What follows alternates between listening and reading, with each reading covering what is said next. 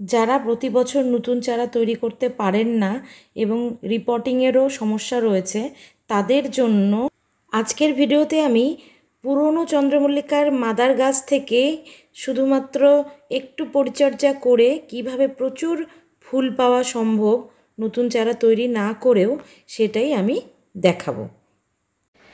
আমার কাছে গত বছরের অনেকগুলো চন্দ্রমল্লিকার মাদার গাছ রয়েছে, তো সেইগুলো দেখো এত লম্বা লম্বা, সেইগুলোকে আমি এভাবেই রেখে দিয়েছি, কোনো যত্ন করিনি, শুধু এই গরমকালটা বাঁচিয়ে রাখলাম।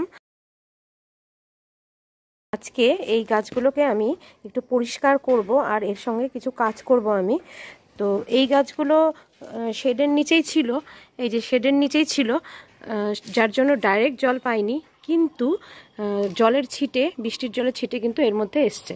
তো যার জন্য কি হয়েছে, এই যে দেখো নিচের দিকের পাতাগুলো কিন্তু মরে মরে গেছে, হ্যাঁ শুকিয়ে গেছে, মরে মরে গেছে এরকম গাছগুলো। তো আজকে আমি এইগুলোকে সব পরিষ্কার করে দেব এবং নিচের দিকে যত ছোট গাছ রয়েছে, মানে শাকার যেগুলোকে বলে ছোট, সেগুলোকে আমি এইগুলোকে কিন্তু আমি এইগুলোকে আমি ছিঁড়ে ফেলবো। এই দেখো অনেকগুলো ছিঁড়েছি, এই যে অনেকগুলো গাছ পরিষ্কার করলাম, তো ছিঁড়ে ফেলবো। এগুলোতে অলরেডি কিন্তু শেকড় রয়েছে, এগুলো থেকে আবার চারা তৈরি করা যাবে। শেকড় না থাকলেও রুটিং হরমোন দিয়ে বালিতে বসে দিলে কিন্তু চারা তৈরি করা যাবে, তাছাড়া এই শেকড় থেকেও করা যাবে।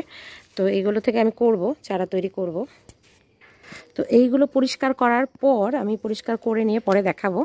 তারপরে এই যে ওপরের যে ওপরটাকে আমি সবগুলোর সমান করে দেব, সবগুলোকে সমান করব, পিঞ্চিং করে দেব, যাতে যাতে খুব ভালো মতো আরও নতুন শাখা প্রশাখা বেরোতে পারে।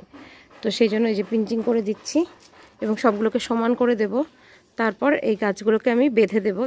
এই যে গোবর সার এটা, তার সঙ্গে একটুখানি ট্রাইকোডার্মা, যাতে যেহেতু এই যে বৃষ্টি গেল এত ফাঙ্গাস আক্রমণ হতে পারে, যার জন্য ট্রাইকোডার্মা দেব, আর একটুখানি নিম খোল এর সঙ্গে মিশিয়ে দেব। হ্যাঁ, এই যে এই সময় পিঁপড়ে পোকামাকড় বিভিন্ন রকম পোকামাকড় হয়, যার জন্য এগুলো মিশিয়ে আমি এখানে দেব।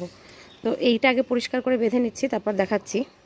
এই যে শুকনো ডালের পাশাপাশি নিচের দিকের যে পাতাগুলো রয়েছে, সেই পাতাগুলোকেও আমি ছিঁড়ে পরিষ্কার করে নিচটাকে ফাঁকা করে দিলাম।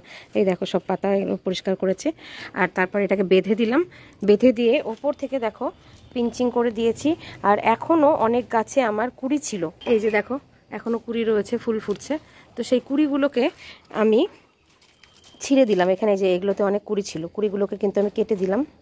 এই যে কুড়ি রয়েছে এখনও দেখো কয়েকটা, কেটে দিলাম, মাথাগুলো পিঞ্চিং করে দিলাম। তাহলে এরপর আরও প্রচুর শাখা পোশাখা বেরোবে, যত শাখা পোশাখা তত বেশি ফুল হবে।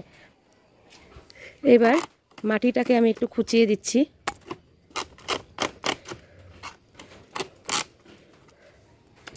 এই যে মাটিগুলোকে খুঁচিয়ে দিলাম। এবার আমি এতে সার দিয়ে দেব। এখানে রয়েছে গোবর সার, আর এই যে নিম খোল নিয়ে নিলাম একটু, আর একটুখানি ট্রাইকোডার্মা মিশিয়ে দেব। তারপর ভালো করে মিশিয়ে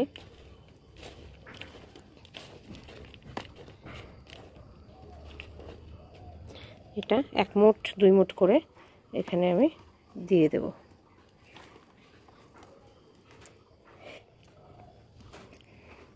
এই যে তারপর এতে আমি জল দিয়ে দেব। এইবার এতে জল দিয়ে দিচ্ছি। এই যে দেখো গাছটা, দেখো এই যে সব গাছগুলোকে আমি একটা খুঁটির সাহায্যে এইগুলোকে কিন্তু আমি বেঁধে দিয়েছি, নিচটাকে সুন্দর পরিষ্কার করে দিয়েছি, ছোট শাখাগুলোকে সব তুলে নিয়েছি। আর এইগুলোকে খুঁড়ে খুঁড়ে এখানে আমি সারও দিয়ে দিয়েছি সবগুলোতে। এইভাবে কিন্তু আমি অনেক গাছ করেছি।